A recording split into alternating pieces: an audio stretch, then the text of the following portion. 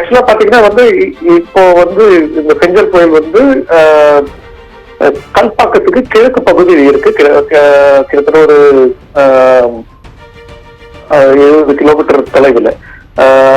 அடுத்து வரக்கூடிய ஒரு 6 to 9 மணி நேரம் வந்து நம்ம வந்து மெதுவா கரை கடக்கும் நிகழ்வை பார்க்கலாம்னு நினைக்கிறேன். பட் ஆனா இது நகர்வு மிக பொறுமையா இருக்கு. அதனால வந்து நள்ளிரவு வரைக்கும் கூட போறதுக்கு வாய்ப்பு இருக்கு.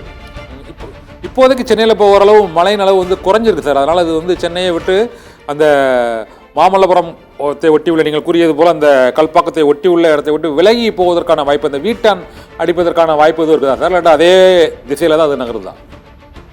இல்ல, ஆக்சுவலா நமக்கு வந்து எப்போ வந்து மழை நிறைய இருந்துச்சுன்னா வந்து அது வந்து வடமேற்கு திசையில நகர்ந்து வரும்போது சென்னைக்கு மழை நிறைய இருந்துச்சு. தற்போது பாத்தீங்கன்னா அது வந்து மேற்கு நோக்கி நகர்ந்துட்டு இருக்கு. அதனால வந்து உங்களுக்கு என்ன சொல்றது, மழையின் தாக்கம் பெரும்பாலும் வந்து சென்னைக்கு தெற்கு பகுதியில் நடக்கும். அதாவது செங்கல்பட்டு, காஞ்சிபுரம், அப்புறம் வந்து விழுப்புரம், புதுவை, கடலூர் போன்ற பகுதிகளில் சென்னையில கொஞ்சம் மழை குறைஞ்சிருக்கு. அது வந்து அந்த புயல் கொஞ்சம் திசை மாறியதால வந்து அந்த டிஃபரன்ஸ் இருக்கு. திசை மாறியதுனால இப்ப சென்னையில வந்து மழை முழுவதுமா குறைஞ்சிருமா இல்ல நாளை காலையில இருந்து ஏதாவது மழையின் அளவு அந்த கரையை கடந்த பிறகு அதிகரிக்குமா?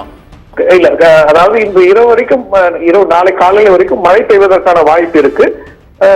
பட் உங்களுக்கு அதிக மழைன்னு பாத்தீங்கன்னா அது வந்து செங்கல்பட்டு, காஞ்சிபுரம், திருவண்ணாமலை, விழுப்புரம், கடலூர், பாண்டிச்சேரி அந்த மாவட்டங்கள்ல இருக்கும். ஏன்னா அங்கதான் கரை கடக்கக்கூடிய நிகழ்வு வந்து கிட்ட நெருங்கிட்டு இருக்கிறதுனால.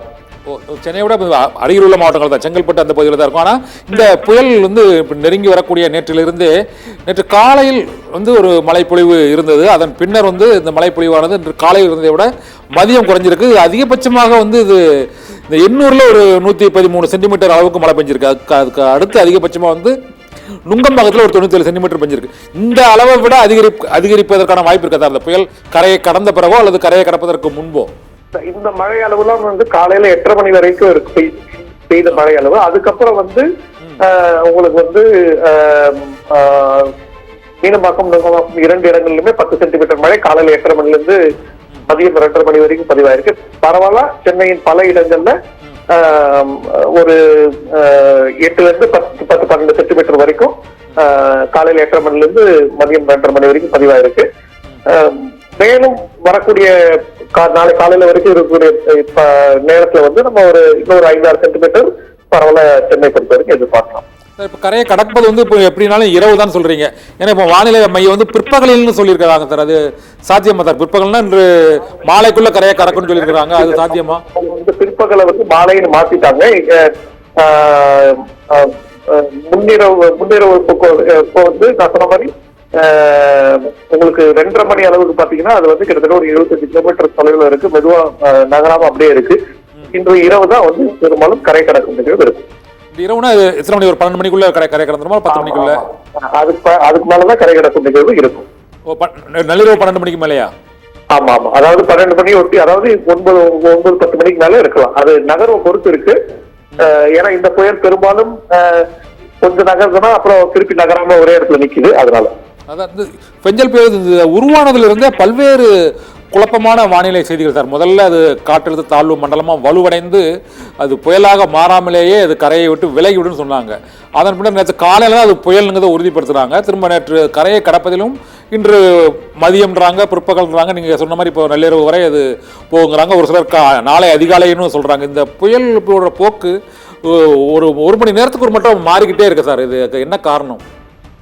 இல்ல, ஆக்சுவலா புயல் வந்து நகர்வதற்கான காரணிகள்னு பாத்தீங்கன்னா அது வந்து அதை ஒட்டி இருக்கக்கூடிய உயரழுத்த பகுதிகள். இப்போ அரபிக்கடல் பகுதியில் ஒரு உயரழுத்த பகுதி இருக்கும், தென்சீன கடல் பகுதியில் ஒரு உயரழுத்த பகுதி இருக்கும். இந்த 2 உயரழுத்த பகுதி வந்து புயலை வழி நடத்தும். தற்போதைய சூழல பாத்தீங்கன்னா அது வழி நடத்தக்கூடிய அந்த இது வந்து குறைவா இருக்கிறதுனால, ஏன்னா 2 உயரழுத்த பகுதிக்கு நடுவே இருக்கிறதுனால வந்து நகர்வு வந்து ரொம்ப கம்மியா இருக்கு. ஏதாவது ஒரு உயரழுத்த பகுதி வந்து இப்ப நம்ம ஒரு குழந்தைய கைப்பிடிச்சு கூட்டு போற மாதிரி கூட்டு போயிருந்ததுன்னா அந்த புயல் வேகமா போயிடும். அது நடக்காம வந்து ஒரு கிட்டத்தட்ட ஒரு திருசங்கு நிலையில இருக்கிறதுனால வந்து இந்த மாதிரி பாதைகள் மாதிரியும் அதோட வலுவும் வந்து மாறிக்கிட்டே இருக்கு. இதுவரை பெய்த மழையின் அளவை விட அதிகமான மழை பொழிவு பெய்வதற்கான வாய்ப்பு நீங்க சொன்ன மாதிரி இந்த சென்னையில மழையின் அளவு குறைஞ்சிரும் சொல்லிட்டீங்க.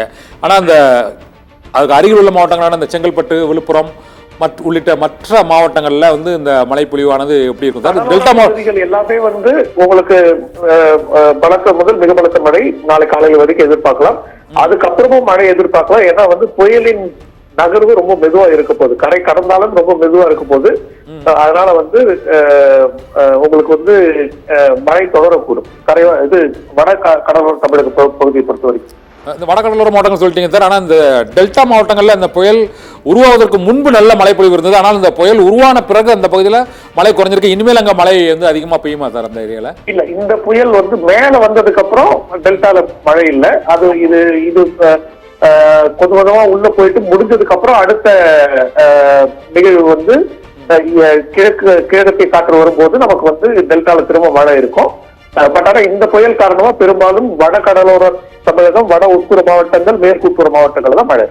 இந்த புயலோட நிகழ்வு சார் இப்போ ஏற்கனவே இந்த கடலூர் மற்றும் நாகப்பட்டினத்தில் இந்த 7ஆம் எண் புயல் கொண்டு, இங்கே சென்னையை பொறுத்தவரை அந்த 6ஆம் எண் புயல் கொண்டு அப்படின்னு சொல்லியிருக்கிறாங்க. இது இந்த புயல் கரையை கடப்பதற்கு முன்பும் அதற்கு பின்பும், அதாவது இந்த 1ஆம் தேதி அல்லது 2ஆம் தேதி வரை வந்து இந்த கடல்ல கொந்தளிப்புங்கிறது நீடிக்குமா? அது 2ஆம் தேதிக்கு அப்புறம் அப்படியே குறைஞ்சிருமா சார்? இல்ல, கடல் கொந்தளிப்பு அடுத்த வாரம் படிப்படியாக குறைஞ்சிரும். புயல் வந்து கரை கடந்து உள்ள போனதுக்கு அப்புறம் படிப்படியாக குறையாது. Okay sir. சார் கடைசியாக ஒரே ஒரு கேள்வி. இந்த ஃபெஞ்சல் புயலானது கரையை கடக்கும் போது எந்தெந்த பகுதிகளில் அதிக கனமழை இருக்கும் சார்? நான் சொன்ன மாதிரி செங்கல்பட்டு, காஞ்சிபுரம், திருவண்ணாமலை, விழுப்புரம், கடலூர், புதுவை இந்த எல்லா இடத்துலையுமே நம்ம பலத்த மழையை எதிர்பார்க்கலாம். நன்றி சார். இந்த ஃபெஞ்சல் புயலோட போக்கு மற்றும் அதனால் ஏற்படக்கூடிய விளைவுகள், எப்போது கரையை கடக்கும், மழையின் அளவு எப்போது அதிகரிக்கும் என்பது உள்ளிட்ட பல்வேறு விவரங்களை தெரிவித்தமைக்கு மிக்க நன்றி சார்.